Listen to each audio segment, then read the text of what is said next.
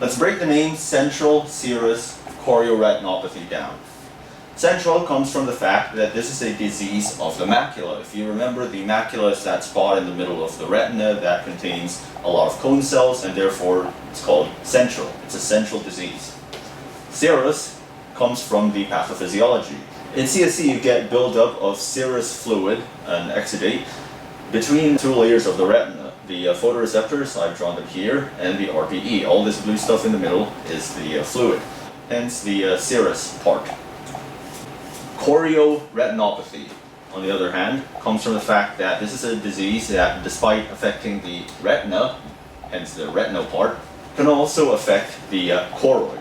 So what is the choroid in the first place? The choroid is the vascular layer of the posterior eye, and it lies just under the retina. I've drawn them over here. If you can imagine that this up here is the retina, this lies above the choroid. In other words, it's more towards the center of the eye, and the choroid is over here, underneath the retina, more towards the outside of the eye. So let's talk about risk factors for CSC. CSC is common in people who take steroids, so if you have a vasculitis or an inflammatory condition or something like that, then you do have a higher risk of getting CSC because of all the steroids you take. It's also common in younger males. By younger we mean people between their 20s and their 60s, so maybe not really young, but middle-aged, and certainly younger than people with, say, age-related macular degeneration. If you remember, people with AMD are typically older women, maybe in their 70s, maybe in their 80s. This is a disease of younger males, people in their 20s, 30s, middle-aged, and male. It's also common in people who have a high level of stress. This can be emotional stress, physical stress, mental stress, and so on. So why is this? Well, part of the reason is that if you have a lot of stress, then you also have a lot of cortisol in your blood. So cortisol, as you know, is a steroid. So high levels of stress mean high levels of cortisol, which is a steroid, leading to a higher risk of CSC. Symptoms of CSC can vary quite a bit. You may have people who are completely asymptomatic, you may have people with mild vision loss, and you can have a pretty marked visual loss. So CSC will present with central vision loss, not peripheral. This makes sense because, as we've discussed, CSC is a disease of the macula, which is in the center of the retina. The other thing you'll get is a hyperopic shift.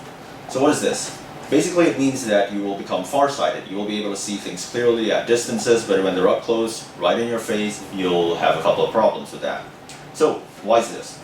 Take a look at these diagrams I've drawn over here. This on the top is how the normal eye works.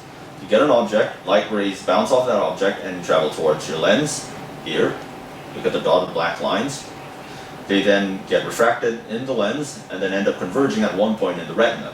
The retinal cells pick up these light signals and then transmit them to your brain, which is how you get vision. If the retina bulges forward, on the other hand, you get what I've drawn here at the bottom.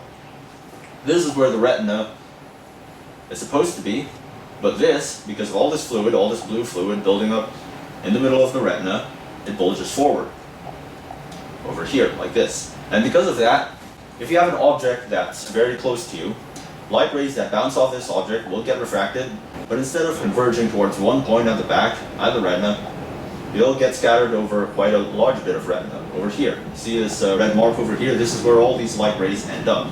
And this is a problem, because the retina functions best when the light rays converge towards a single point. But all these light rays are being scattered over a lot of points, over a big distance. So you get very unfocused image, which is interpreted as blurring, as very blurred vision. Diagnosis of CSC is done via fluorescein angiography and optical coherence tomography. Let's run through these. Fluorescein angiogram, as its name suggests, the angio means blood vessel, is a way of mapping the blood vessels in the retina. On the actual angiogram, you'll see these two signs, the ink blot sign and the mushroom stack sign. The ink blot sign, as its name suggests, looks like somebody dropped a bit of ink on the angiogram and it's spreading out over the retina. This is what I've drawn here. You see a black focus over here, very dark, and around it you'll see grayish, light grayish material. That is the contrast extravasated. The mushroom stack pattern is kind of similar, except instead of spreading uniformly outwards, all the contrast material goes out in one direction initially and then spreads out from there. In order to understand why these signs appear, it's necessary to know a bit of the pathophysiology. So, Where does the serous fluid come from? Usually it comes from a leak in the blood vessels. Maybe a blood vessel is torn, maybe the blood vessel is unusually leaky or very dilated.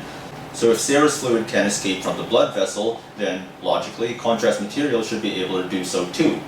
On an angiogram, as the contrast material flows into the retina, it will eventually flow into the dilated or the broken blood vessel.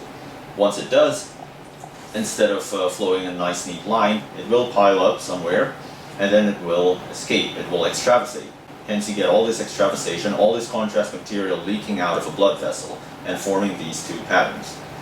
Optical coherence tomography is sort of like a sideways view of the retina. You can see all the different layers of the retina using a special camera.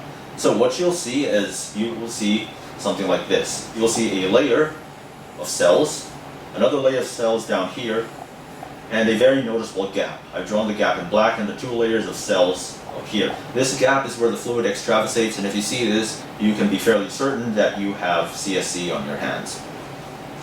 So how do you treat CSC? CSC is a disease common amongst people who take a lot of steroids, so if you can remove or lower the dose of steroids, then you have a good chance of reducing the complications. CSC will, however, tend to resolve by itself maybe in about 6 months, but one of the complications you gotta watch out for is neovascularization. This is where you get a lot of blood vessels growing in and below the retina. And because you have a lot of blood vessels growing, you also have a risk of even more fluid passing out of those blood vessels, building up and then worsening the CSC. So that is something you gotta watch out for. CSC also has a high recurrence rate, so that is also something you have to keep in mind.